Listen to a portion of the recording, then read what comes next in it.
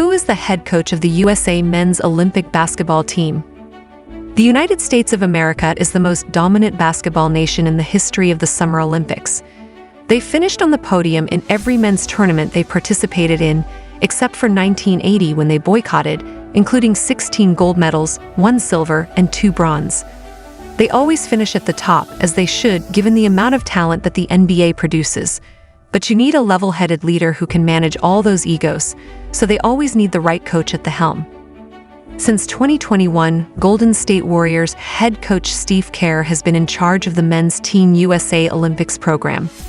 He started as an assistant in 2017 under his predecessor, Gregg Popovich, during which he made history by becoming the first Team USA coach to win a gold medal at the FIBA level as both player, 1986 FIBA World Cup, and coach when Team USA won the Olympics gold medal in Tokyo.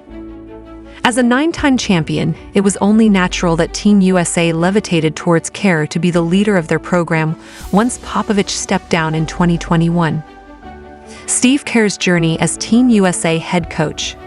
Bumpy roads so far, but Paris could be the perfect ending. Kerr was seen as the successor to Popovich, partly due to his previous experience with keeping egos in check, which he had done throughout his Warriors coaching tenure.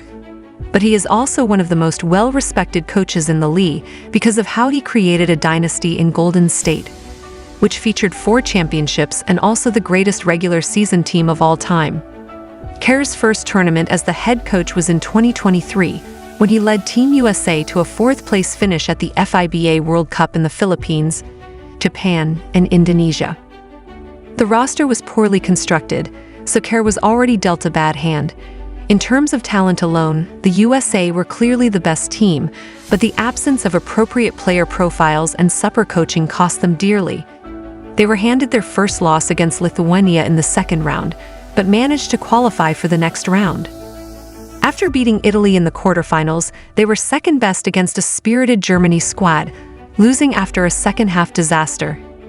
It went from bad to worse for the USA after they lost in overtime against Canada in the 3rd-place game.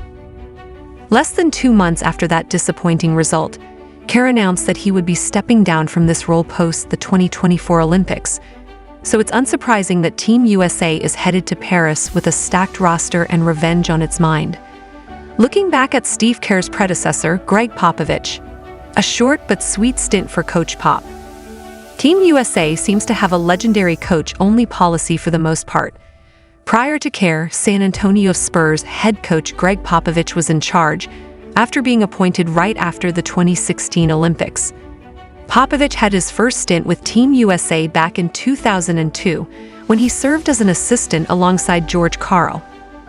He remained in the role when Larry Brown was appointed and remained on the staff until 2004, when the U.S. had a shocking bronze medal finish at the Olympics. When Mike Krzyzewski resigned, Popovich officially took over in 2017, and his first tournament was the 2019 FIBA World Cup. It was a torrid time for USA basketball, who started with a surprise loss in the exhibition game against Australia and ended with a quarterfinal exit at the hands of France, making it their worst finish in tournament history.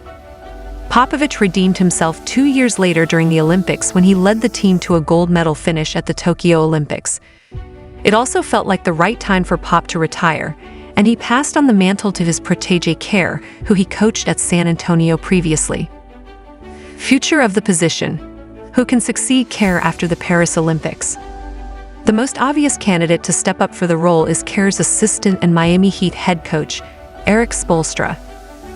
The 2-time NBA champion joined the Team USA staff when Kerr was appointed in 2021, and has since been the perfect complementary coach for him. Spoelstra is highly regarded around the league and finishing as the best head coach in the NBA GM survey for the past 4 seasons is a testament to that, considering how much players respect him and that he's already part of the setup for a few years now. Spoelstra should be the favorite to fill in once Kerr leaves post-Paris.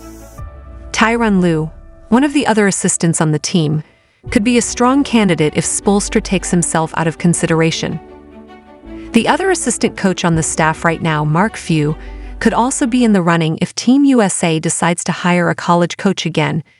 Few doesn't have any NBA experience, nor did he work with any high-profile names at Gonzaga, but his work with the Bulldogs is noteworthy and solidifies his place as one of the best coaches in college.